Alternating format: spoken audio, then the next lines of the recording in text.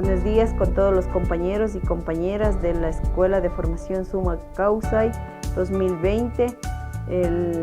Les damos la cordial bienvenida desde la Fundación de Culturas Indígenas Kausai. A la vez motivarles para que sigamos compartiendo estos espacios de aprendizaje y alimentemos nuestro conocimiento también hacia nuestras comunidades, pueblos y nacionalidades. En esta ocasión vamos ya al cuarto seminario de la Escuela de Formación, para lo cual contaremos en la primera parte con el compañero Elvis Túqueres del pueblo Quichua Caranqui, de profesión licenciado en estudios teológicos con suficiencia en el idioma quichua, experto universitario en desarrollo de lenguas e identidades originarias. Su trayectoria dirigencial y profesional se ha destacado como coordinador y asesor para la capacitación de estrategias de revitalización de la lengua quichua con la organización Garavide del País Vasco. También es analista de pueblos y nacionalidades para la Zona 1 en la Secretaría Nacional de Gestión de la Política, traductor de varios textos importantes a la lengua quichua, asesor en varios proyectos lingüísticos a nivel nacional e internacional. Imanalla tukuymashikuna ali punllaguta charipashunchi, ñuka shutimi kan Elvis Túqueres, ñukami Cisari tananajuyukumanta kani y ñukanchika quichua shimita sinchichinkapa ñukanchik llankanchik nachu, kay Imbabura markapi shinallita shukta llaktakunapipash quichua sinchichirishka kachu ñukanchik munayta charinchik nachu. Kay pachakupi ñuka asha yuyaykunata villachishanini, kikinkunama parlachishanini, ñukanchik quichua shimi hawa, shinallata ñukanchik kana hawa nachu. Bueno, en primer lugar quiero expresar un cordial saludo. Yo soy Elvis Túqueres de la asociación Cisari. Cisari es la organización que trabajamos por el tema de la revitalización, estrategias de revitalización de la lengua quichua en la provincia de Imbabura y también en otras provincias en el Ecuador. En este día voy a hacer una exposición sobre lo que está pasando con nuestra lengua quichua, la identidad en lo que se refiere en nuestro país y en las diferentes provincias, ¿no? Quiero esta exposición hacer en 7 puntos, ¿no? Quiero hacer una pequeña introducción, luego quiero expresar algunos datos sociolingüísticos en relación a la lengua quichua en el Ecuador. También voy a hablar sobre el contexto actual que está inmerso el idioma quichua. También voy a hablar sobre un poco sobre las razones o los factores que se está produciendo o los factores que son por la pérdida de la lengua, ¿no? Y también algunos paradigmas relacionados hacia el quichua, razones por qué recuperar o para qué recuperar el idioma quichua y finalmente qué podemos hacer desde las instancias locales como quichua hablantes o gente que pertenecemos a la nacionalidad quichua, ¿no? Entonces yo quiero preguntar en primer lugar, bueno, lástima que no podemos interactuar, pero la gente que está detrás de la pantalla, yo quiero hacer una pregunta y que ustedes mismos se respondieran. ¿Cuántos entendieron antes de que yo hiciera mi presentación en quichua, cuántos entendieron mi presentación, ¿no? Tal vez muchos entendieron, tal vez al 100%, qué bueno. Tal vez muchos solamente entendieron muy poco, ¿no? Y algunos no entendieron nada de lo que yo conversé. A lo mejor solamente entendieron cuando yo hice la traducción de mi presentación. Entonces, de los que están escuchando detrás de la pantalla, yo quiero también preguntar, ¿cuántos escriben la lengua quichua? ¿Cuántos hablan la lengua quichua? ¿Cuántos entienden la lengua quichua? Entonces, no sé cuántos estarán ahí detrás de la cámara, digamos, respondiendo estas preguntas positivamente. Y en ese sentido, aquí viene como una digamos, una cuestión para evaluarnos. Nosotros con mucho orgullo y a veces nosotros nos identificamos, nos identificamos como ecuatorianos, pero también nos identificamos de la nacionalidad quichua en ese sentido. Mucha gente, y yo creo que con mucho orgullo nosotros nos identificamos como tal, ¿no? Pero sin embargo, a veces dejamos de lado el elemento importante que es el quichua. A veces nos olvidamos de la parte del elemento importante que es el quichua. Nosotros decimos, nosotros somos quichuas del Ecuador, nosotros somos quichua caranqui, nosotros somos quichua otavalo, cayambi, salasaca, nos identificamos a veces con mucho orgullo y está bien, ¿no? Pero sin embargo, a veces nos olvidamos del elemento quichua, como hace rato decía. Nosotros al momento de identificarnos como tales, pero a veces nuestra lengua no está tan presente en nuestra vida, ¿no? Y entonces eso sí hay que evaluarnos, cómo está realmente nuestra identidad. No es solamente una cuestión de vestimenta, no es una cuestión de saber hacer lo que nuestros padres o madres, nuestros abuelos hacen, no es solamente eso. Va mucho más allá de eso, de ser como identidad quichua, ¿no? Entonces, muchos de ustedes a lo mejor tuvieron padres, madres que hablan quichua. Muchos de ustedes tuvieron abuelos, abuelas que hablan quichua. Tuvieron familiares que hablan quichua, pero a veces nos hemos olvidado, a veces como persona, el idioma. A lo mejor quedó en el pasado el idioma quichua, ¿no? Eso es un factor, digamos, triste. A la misma vez nosotros estamos identificándonos como quichuas del Ecuador o de un determinado pueblo, pero a veces el elemento quichua en sí del idioma está quedando relegado en el tiempo, ¿no? Entonces, en ese sentido voy a un poquito hablar sobre qué es lo que está pasando, el quichua a nivel personal, a nivel colectivo y a nivel de todo el Ecuador, ¿no? Quiero empezar también, ya quiero continuar en cuanto a unos datos sociolingüísticos relacionados al quichua, ¿no? Quiero empezar de manera un poco más global. Se dice que hay más de 6.700 lenguas alrededor del mundo, ¿no? 6.700 lenguas alrededor del mundo. Pero dicen algunas proyecciones que más o menos la mitad de las lenguas, es decir, como más de 3.000 lenguas, van a perderse en los próximos años. En muy pocos años se va a perderse esa cantidad de lenguas habladas en el mundo, se va a perderse, ¿no? En pocos años. Y eso es bastante preocupante, Incluso lenguas que son habladas por miles, millones de personas están en riesgo de pérdida. Estamos hablando del aymara, estamos hablando del quechua, del quichua, ¿no es cierto? Y sus variedades están, según algunas organizaciones internacionales, que están en un proceso de pérdida inminente en los próximos años, ¿no?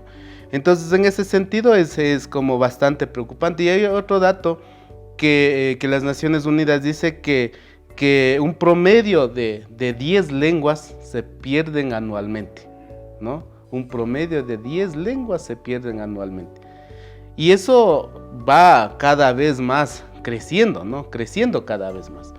Y cada año están como subiendo la cantidad de lenguas que se pierden. Pero hay un promedio de 10 lenguas que se pierden alrededor del mundo, ¿no? Y sabemos que con la pérdida de la lengua se pierden las diversidades profundas de un pueblo, de una etnia, de una nación. Al momento de perder el idioma, pierden todos los elementos de la riqueza, los elementos de conocimiento, se pierden con la lengua, ¿no? Y entonces alrededor de muchos años se han perdido muchas lenguas. En el Ecuador mismo también ya se han perdido muchas lenguas, ¿no? Incluso en el Ecuador hay lenguas que apenas hablan menos de 600 personas, ¿no? Por ejemplo, los épera, hay menos de 600 personas que lo hablan. Entonces, si no se hace algo, esas lenguas van a perderse rápidamente, ¿no? En el Ecuador existen, como se sabe, hay 14 lenguas, ¿no? Y entre las cuales la lengua originaria, la más que es hablado por mucha gente, es la lengua quichua, ¿no? La lengua quichua, y obviamente también seguido por la lengua shuar.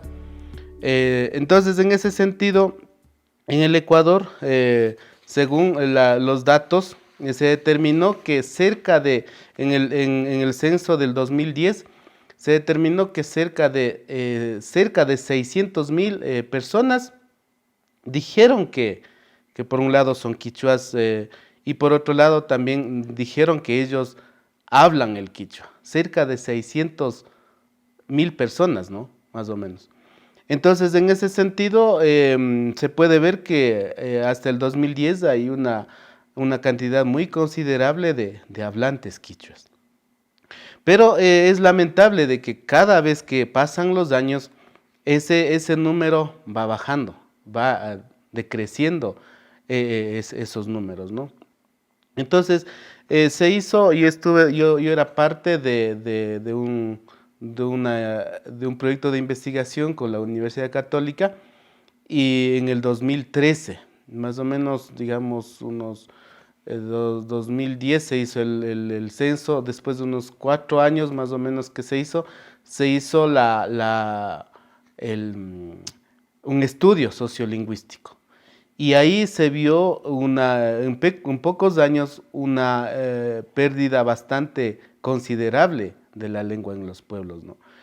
Por ejemplo, se determinó que de 10 padres de familia quichuas, digamos, 10 padres de familia quichuas, solamente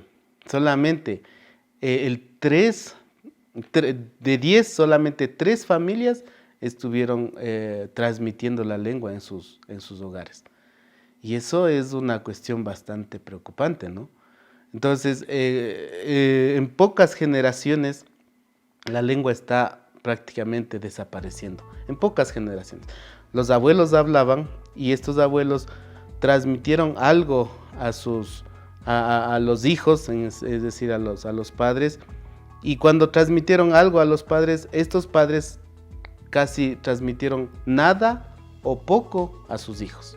Y estos hijos solamente entienden, pero no hablan, y al momento de entender nomás, no pueden transmitir a sus hijos. Es decir, en 3 generaciones se reemplaza la lengua por la lengua castellana, ¿no? Y eso es un dato bastante triste, ¿no?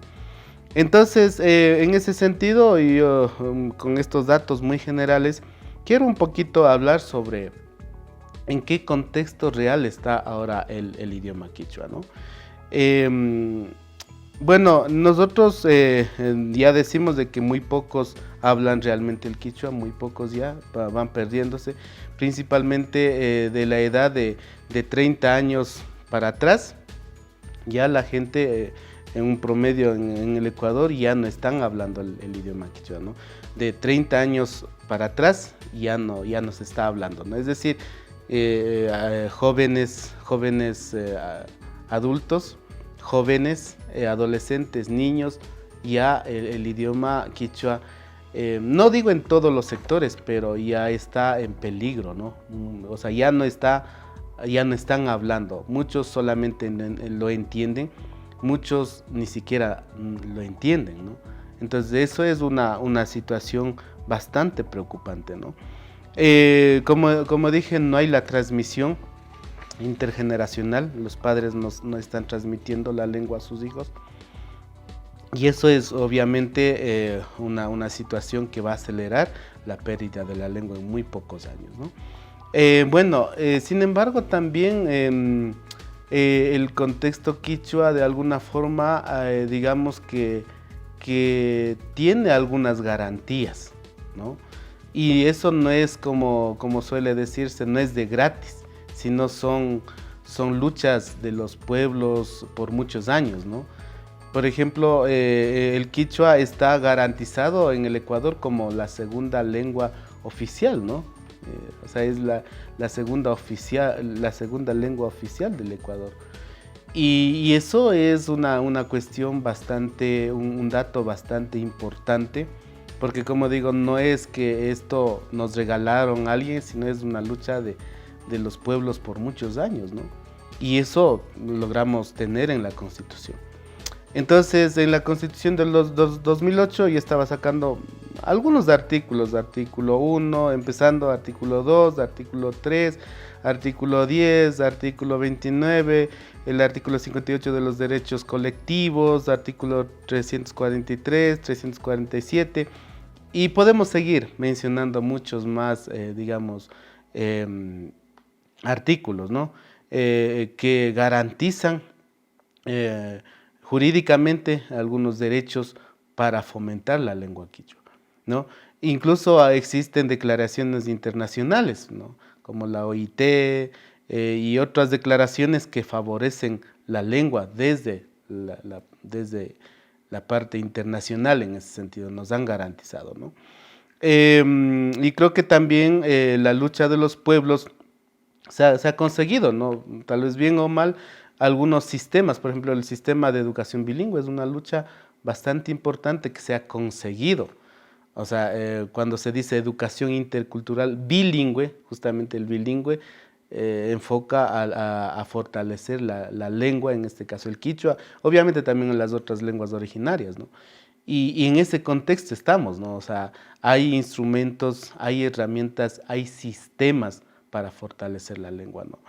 Incluso hay leyes, ¿no es cierto? Por ejemplo, en educación superior, en leyes de salud, por ejemplo, la interculturalidad, el tema del uso de la lengua. O sea, es decir, hay herramientas, instrumentos, garantías jurídicas que pueden estar como escenarios importantes, ¿no? En cuanto a la relación en favor de la lengua.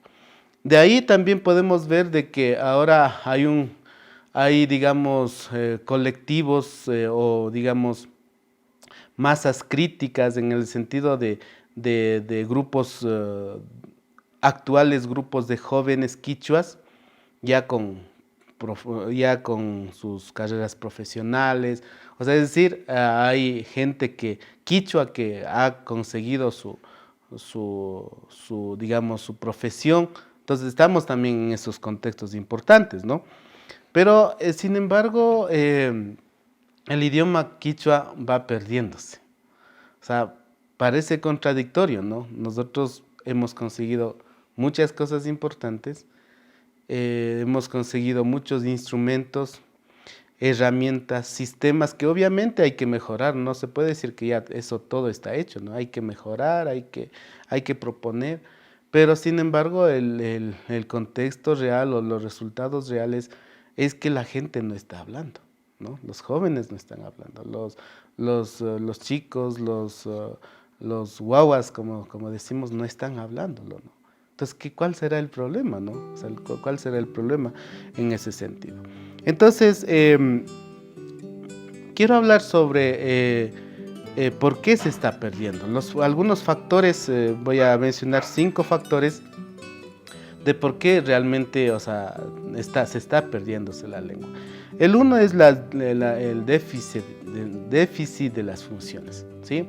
¿Qué hablamos de esto? El déficit de funciones es que la lengua puede sobrevivir cuando tiene uso personal, ¿no es cierto? Primero, como persona. Luego, el uso familiar, ¿no es cierto? Luego el uso en la localidad, es decir, en la comunidad, ¿no es cierto? O los barrios. Luego el uso laboral, es decir, si yo puedo trabajar en mi lengua, ¿no es cierto? Luego el uso puede ser nacional, ¿no es cierto? En esos campos de función la lengua puede sobrevivir.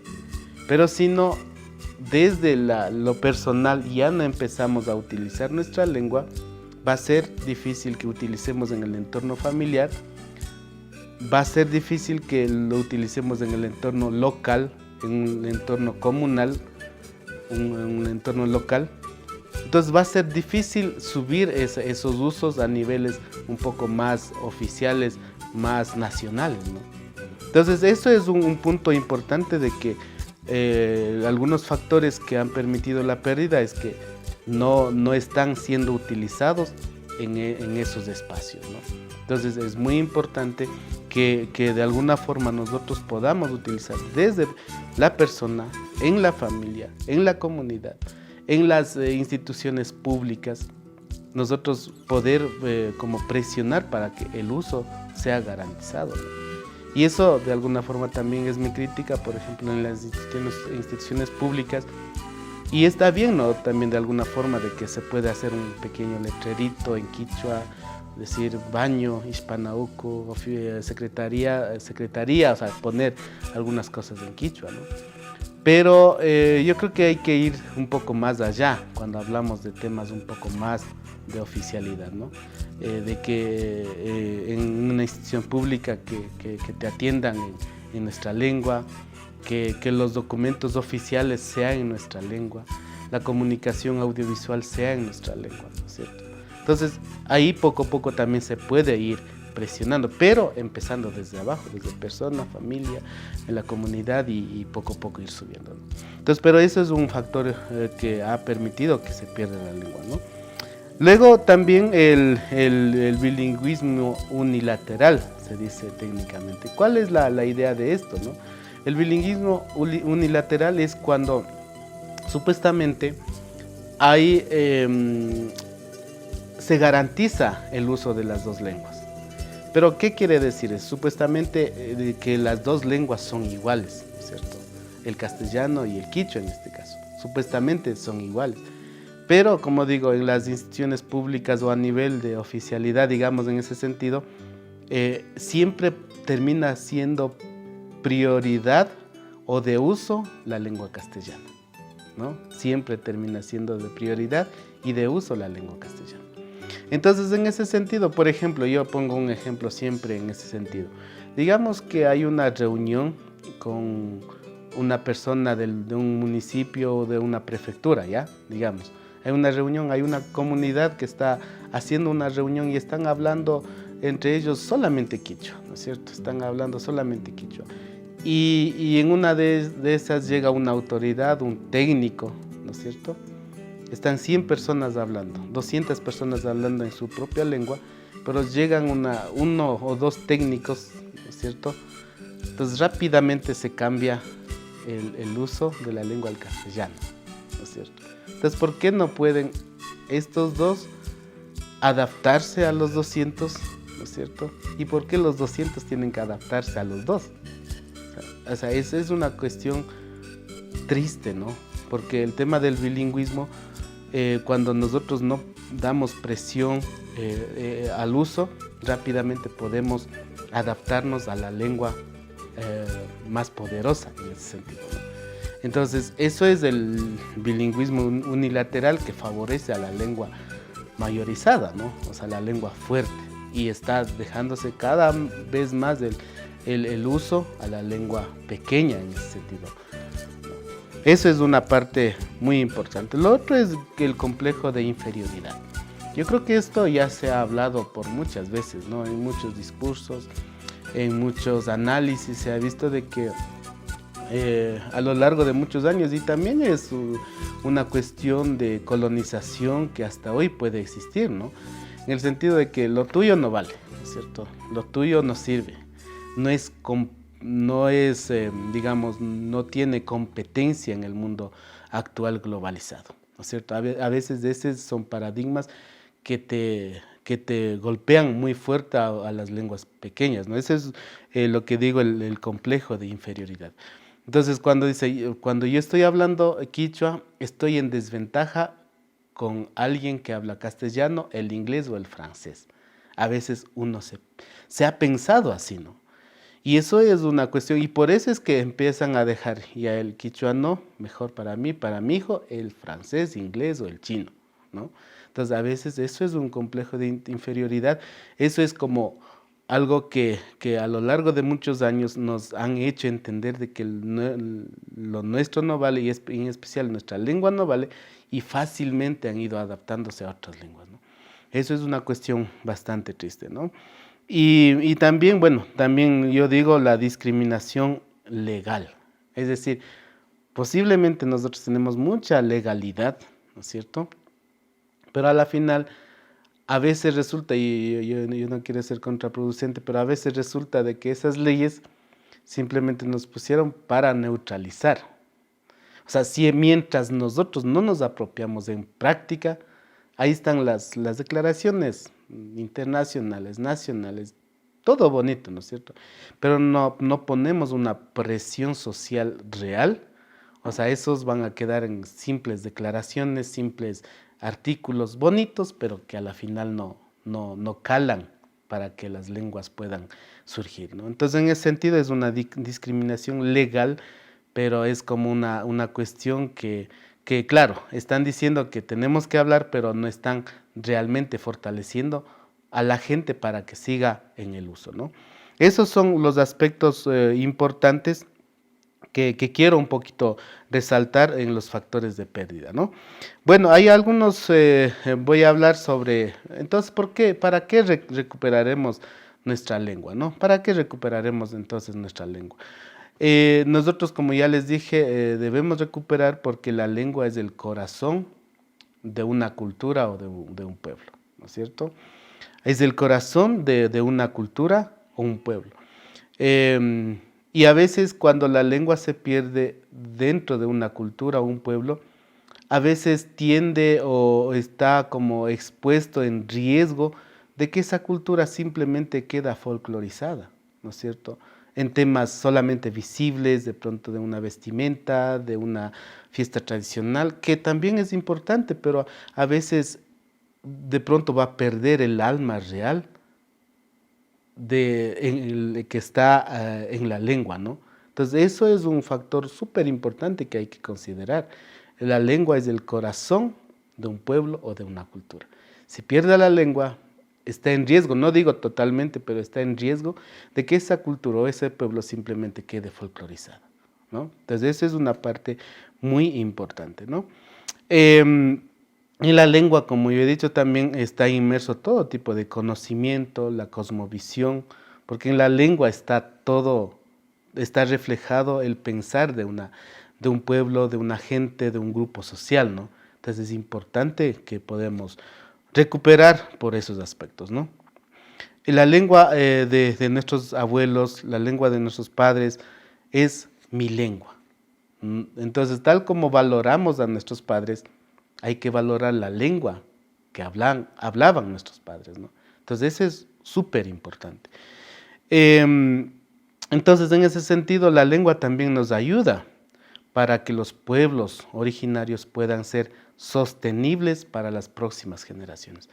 Hay un dato súper importante, que donde existen mayor cantidad de lenguas originarias, hay la mayor cantidad de protección de la biodiversidad. Entonces hay mapas, ¿no es cierto?, donde existe mayor cantidad de lenguas originarias y obviamente la presencia de pueblos originarios se refleja la presencia de la mayor biodiversidad. Entonces eso es como tiene relación muy, muy fuerte, ¿no? Donde están mayor cantidad de pueblos indígenas hay mayor diversidad. Obviamente, entonces decimos en términos lingüísticos, donde hay mayor diversidad lingüística, hay mayor diversidad, biodiversidad, ¿no? Entonces son cosas importantes que no simplemente la lengua hay que folclorizar, ay, qué bonito, simplemente, no, hay cosas muy objetivas de por qué empezar a preservar nuestra lengua, ¿no?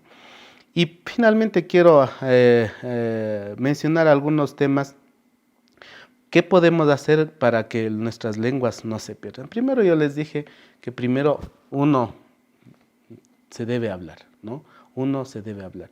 Luego hablar en el entorno familiar, ¿no es cierto? Son cosas súper importantes. O sea, es decir, la transmisión intergeneracional de nuestra lengua. Luego también nosotros debemos empezar a usar en los espacios públicos y privados, exigir el uso en los espacios públicos y privados, porque ya existen, ¿no es cierto?, algunas herramientas, algunas leyes que están favoreciendo para su uso. Entonces debemos como presionar para que estos usos se den cada vez más fuerte, ¿no? Y otro, debemos realmente de alguna forma documentar nuestras lenguas. Documentar nuestras lenguas, es decir, no solamente un documento, digamos, físico. Debemos hacer presencia de nuestra lengua en los ámbitos digitales, en las redes sociales, ahora en las páginas web, en las producciones audiovisuales. O sea, se debe hacer presencia, visibilizar la lengua para que eso quede en el tiempo y en el espacio, ¿no? Es súper importante esos temas, ¿no? Y eso nosotros los llamamos reacción a las nuevas tecnologías. Entonces, si yo escribo en WhatsApp, o sea, que la lengua esté presente.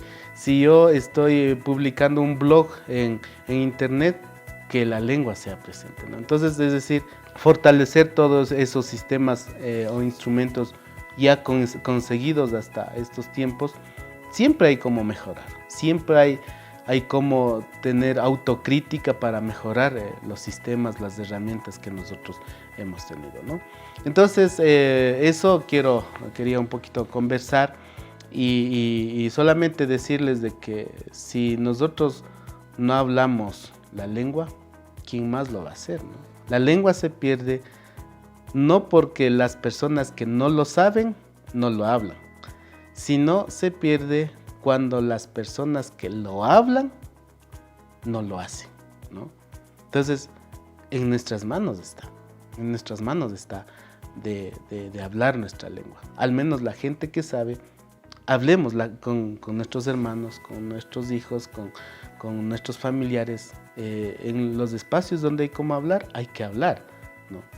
Entonces, de pronto la gente que no lo hace también, o sea, no tiene conocimiento o simplemente saben, es importante hacer presencia de nuestra lengua en los espacios donde podemos hacerlo, ¿no?